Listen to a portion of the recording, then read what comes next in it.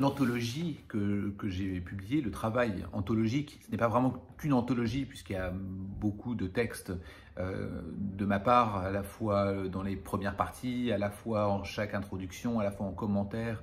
Donc ce n'est pas qu'une anthologie à proprement parler, il y a un travail de recherche qui est effectué à travers cet ouvrage-là.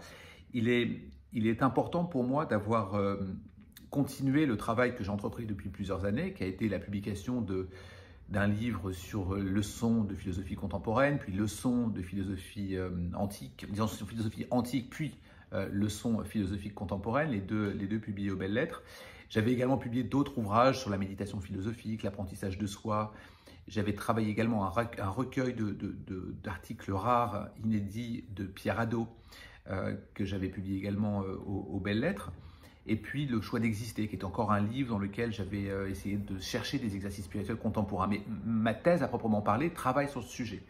Ma thèse travaillait sur la réception des exercices spirituels antiques dans la philosophie contemporaine. Donc le contemporain m'a toujours évidemment importé, si ce n'est pour moi l'élément principal, parce qu'on ne peut pas vivre aujourd'hui qu'en prenant les préceptes des anciens et sans les repenser d'une certaine manière.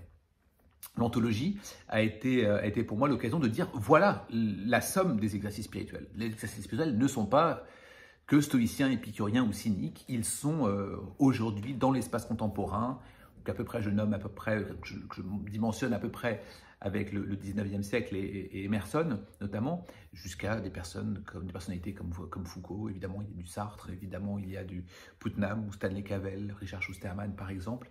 Et c'est important de montrer que les exercices spirituels ne s'arrêtent pas à une période et qu'ils continuent, même si en effet, pendant une période, ils ont été un peu moins présents, notamment avec l'avènement du christianisme, mais à l'évidence, nous avons toujours ces exercices spirituels.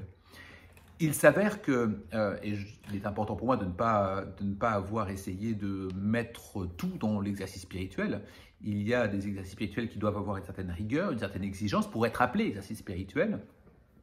Il y a des exercices spirituels que je nommais une sorte d'ontogenèse des exercices spirituels, qui seraient d'une certaine manière des exercices spirituels naissant dans l'Antiquité, apparaissant dans l'Antiquité, mais pas suffisamment présents dans les trois écoles, épicuriens, cyniques ou stoïciens.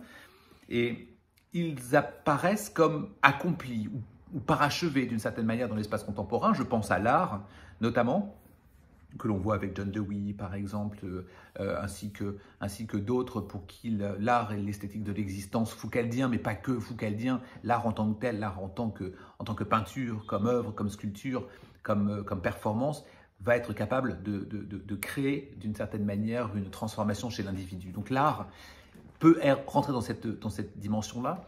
Le corps également, alors le corps est présent dans l'Antiquité, on peut le voir comme un exercice spirituel. Il est encore plus présent peut-être dans l'espace contemporain, la question du corps en sens usage du corps. Je pense évidemment à Michel Foucault avec cette question d'usage du corps. Ça peut être la diététique également, déjà présent chez Plutarque, mais également présent plus tard. Donc on a cette forme d'ontogénèse, des exercices spirituels existants, naissants dans l'Antiquité, et puis qui vont se parachever dans l'espace contemporain. Donc ce qui est important, c'est que cet assemblage de textes puisse avoir cette première intention, cette première compréhension que l'exercice spirituel, ce n'est pas que l'Antiquité. L'exercice spirituel, c'est un ensemble qui court encore jusqu'à notre période.